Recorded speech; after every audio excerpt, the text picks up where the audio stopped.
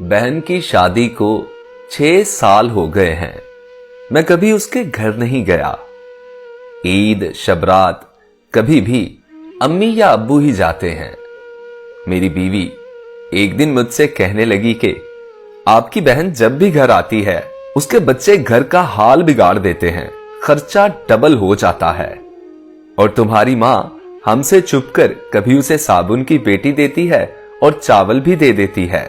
अपनी मां को बोलो ये हमारा घर है, कोई खैरात सेंटर नहीं। मुझे बहुत गुस्सा आया।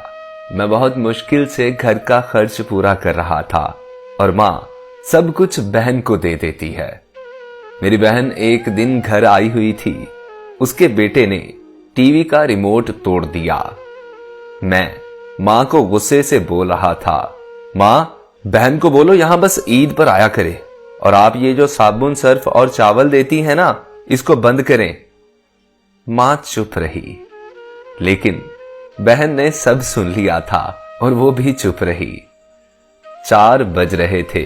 उसने अपने बच्चों को तैयार किया और कहने लगी, भाई मुझे बस स्टॉप पर छोड़ाओ। मैंने झूठे मुंह कह दिया, कुछ दिन और रह लेती।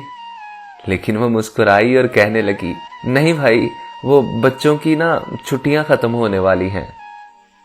फिर जब हम दोनों भाइयों में जमीन का बंटवारा हो रहा था तो मैंने साफ इनकार किया कि मैं अपनी जमीन में से बहन को हिस्सा नहीं दूंगा।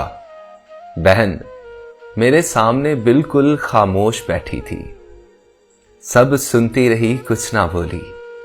मां ने कहा, बेटा बेटी का भी हक बनता है। मैंने गाली देकर कहा, कुछ भी हो जाए मैं हिस्सा नहीं दूंगा। मेरी बीवी भी बहन को बुरा भला कहने लगी, लेकिन मेरी बहन खामोश रही। बड़ा भाई अलहदा हो गया। कुछ वक्त के बाद मेरे बड़े बेटे को टीबी हो गया। मेरे पास उसके इलाज करवाने के लिए पैसे नहीं थे।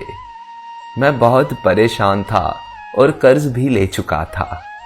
मैं गुमसुम सोचों में डूबा एक कमरे में अकेला बैठा था और शायद रो भी रहा था। उस वक्त वही बहन घर आई। मैंने गुस्से से बोला, अब ये मनहूस आ गई। फिर मैंने बीवी से बोला कि बहन के लिए कुछ बना दो, आ गई है ये।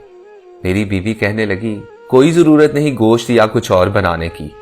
फिर 1 घंटा बाद मेरी बहन मेरे पास आई और बोली, भाई परेशान हो? बहन ने मेरे सर पर हाथ फेरा और कहने लगी, बड़ी बहन हूं तुम्हारी, गोदी में खिलाया है मैंने तुम्हें, देखो अब इतने बड़े हो गए हो कि मुझसे भी बड़े लगते हो। फिर मेरे करीब हुई, अपने परस से सोने के कंगन निकाले और मेरे हाथ पर रख दिए। फिर आहिस्ता से कान में बोली, पागल तू ऐਵੇਂ परेशान होता है।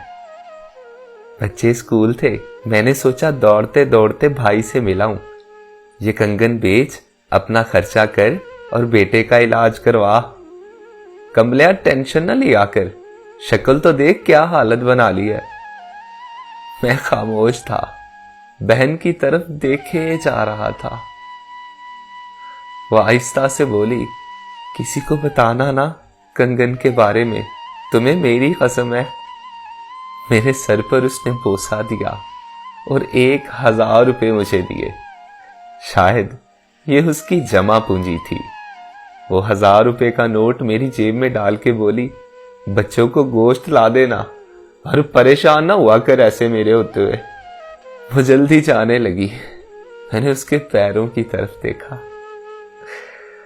टूटी हुई जूती पहनी थी उसने और फटा पुराना सा दुपट्टा ओढ़ा था। वो जब भी आती थी उसके सर पर वही पुराना दुपट्टा होता था। कुर्बान जाऊं बहन की इस मोहब्बत पे। हम भाई कितने मतलब परस्त होते हैं ना, और बहनें भाइयों का जरा सा दुख नहीं बर्दाश्त कर पाती। हाथ में कंगन पकड़े जोर जोर से रो रहा था। बहनें अपने घर में खुदा जाने कितने दुख सहती हैं। कुछ लम्हे बहन के पास बैठ लिया करें, उसका हाल पूछ लिया करें। मुझे पता है मेरी आज की ये वीडियो के अल्फाज सुनकर यकीनन आप सब लोगों की आंखें नम हो गई होंगी। और मैं खुद भी इस वक्त रिकॉर्डिंग करते हुए रो रहा हूं। बहनें सच में मां का रूप होती हैं। अल्लाह इन बहनों को कभी दुख न देना।